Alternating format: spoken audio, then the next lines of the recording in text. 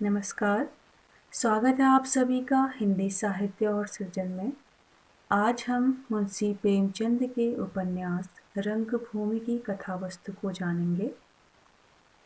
मुंशी प्रेमचंद ने रंगभूमि उपन्यास सबसे पहले उर्दू भाषा में लिखा था और उन्होंने इसे चौगाने हस्ती शीर्षक से प्रकाशित करवाया था। बाद में प्रेमचंद ने सन 1925 ईस्वी में इस उपन्यास का हिंदी रूपांतरण किया और रंगभूमि नाम से इस उपन्यास का प्रकाशन करवाया। प्रेमचंद का यह बहुत ही प्रसिद्ध उपन्यास है।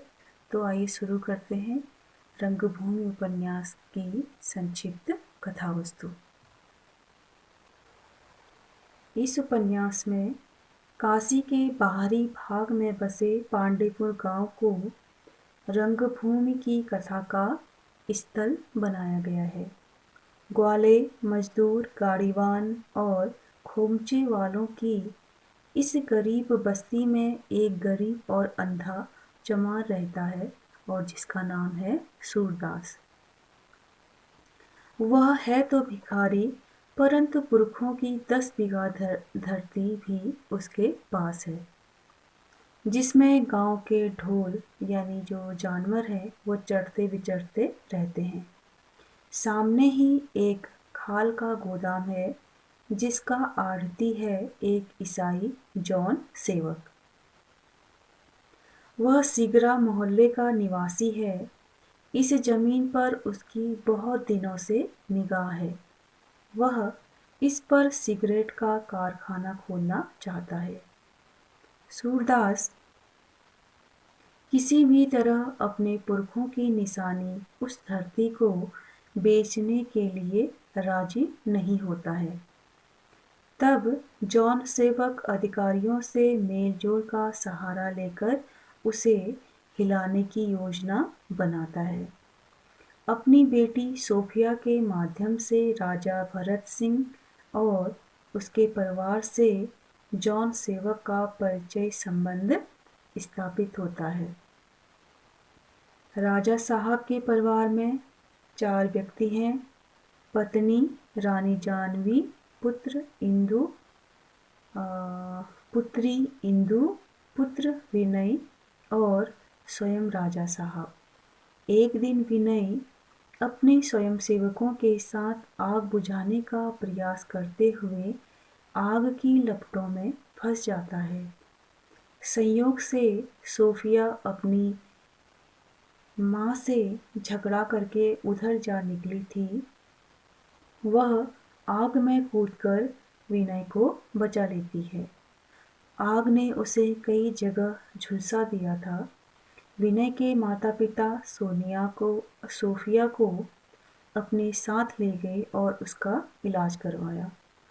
वह उसके प्रति इतने स्नेहासिक्त हो गए कि उसे अपने ही घर रखने की सोचने लगे। इंदु सोफिया की सहपाठनी और सखी थी।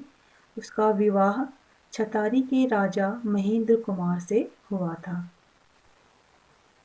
राजा महेंद्र कुमार सिंह बनारस म्युनिसिपल बोर्ड के अध्यक्ष थे।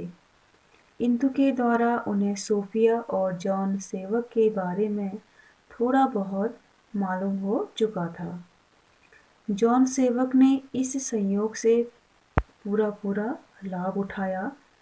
एक ओर उसने राजा भरत सिंह को अपने कारखाने के शेयर खरीदने के लिए राजी कर लिया, तो दूसरी ओर राजा महेंद्र कुमार सिंह से सूरे यानी सूरदास की जमीन दिलवा देने की हामी भरवा ली। उस समय बनारस का जिला अधिकारी क्लार्क नाम का एक अंग्रेज था।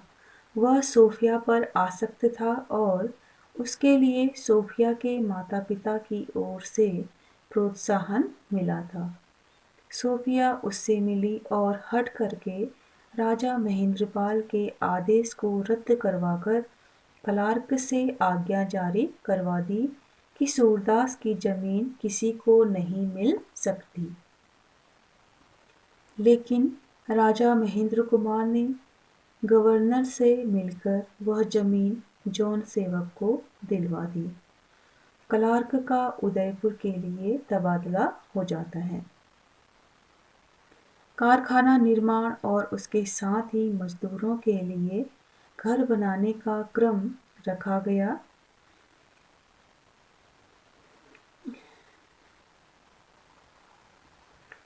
जमीन प्राप्त करने के बाद मजदूरों के लिए घर बनाने की आवश्यकता हेतु पांडेपुर बस्ती पर निगाह डाली गई।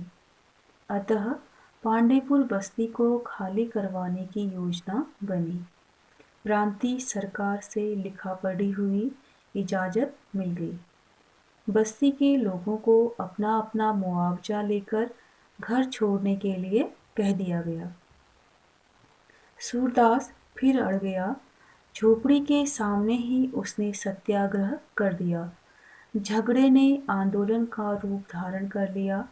सूरदास की मदद के लिए इंद्रदत्त, सोफिया और विनय आ गए। दूसरी ओर आंदोलन को दबाने के लिए फौज आ धमकी। आंदोलन बढ़ता ही गया। गोलियां चली, इंद्रदत्त शहीद हो गए।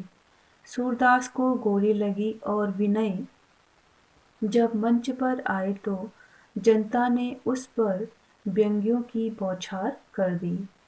अशांत जनता को फौज की गोलियों से बचाने के लिए विनय ने अपनी ही रिवॉल्वर अपने सीने में दाग दी।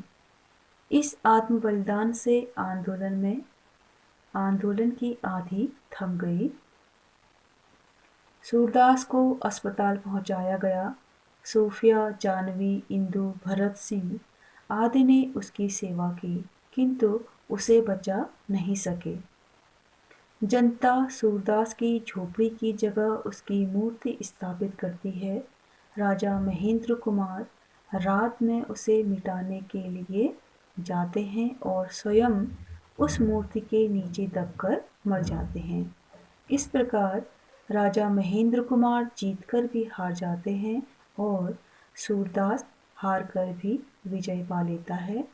रंगभूमि का ये संक्षिप्त कथानक हमने जाना और यहीं पर उपन्यास की कथावस्तु समाप्त होती है। आशा करती हूँ ये जानकारी आपको पसंद आ रही होगी। अगर पसंद आ रही है तो इसी तरह हमारे चैनल से जुड़े रहिए। चैनल को लाइक कीजिए, सब्सक्राइब कीजिए और अपने दोस्तों के साथ इसे शेयर कीजिए। अगर आपके कोई सुझाव हो तो आप हमें कमेंट के माध्यम से भी बता सकते हैं। वीडियो को पूरा देखने के लिए आपका बहुत बहुत धन्यवाद। मिलते हैं किसी अगले वीडियो में। तब तक के लिए अपने घर पे रहिए, सुरक्षित रहिए। धन्यवाद।